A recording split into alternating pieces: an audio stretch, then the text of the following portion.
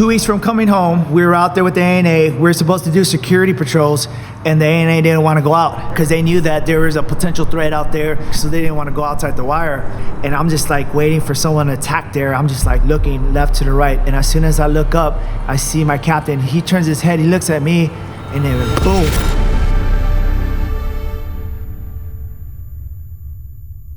Smoke ringing in my ears. I was like dazed and confused. I didn't know what was happening. And then the dust settles. When I look down, I'm covered in blood. I try to move my right leg. It could move a little bit. My left leg, it couldn't move. And then at that point in time, like all these fucking emotions started flooding my mind. I felt like a failure to everyone. I went back. There was like letters from the guys that I served with, like, hey man, keep grinding, keep doing your thing, words of encouragement. And I saw this one flag, it was folded up. I kind of unfolded it, and it had writings of all the guys I served with. And it was like dedicated to Sergeant Sanchez. It was flown in Afghanistan. And I was like, damn.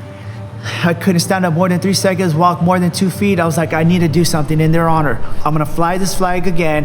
That's when I chose to be like, hey, I'm gonna run a marathon, dude. I'm gonna run a Marine Corps marathon from start to finish with the American flag, like in their honor. And I set out to do that for them.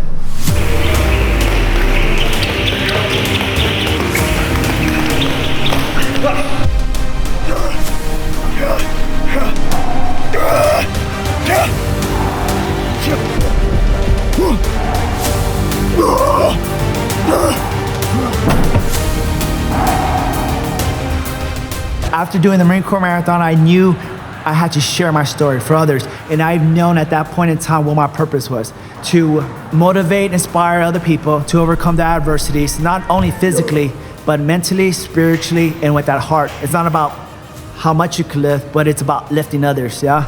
And that motto that I've learned throughout my whole process and my experience is like, together we rise. Individually we're vulnerable, but together like we're unstoppable, being victorious, you know what I mean? Despite those setbacks, you know what I mean? It's that American spirit, it's that grit, that blood, sweat and tears of my brothers that I fought alongside with.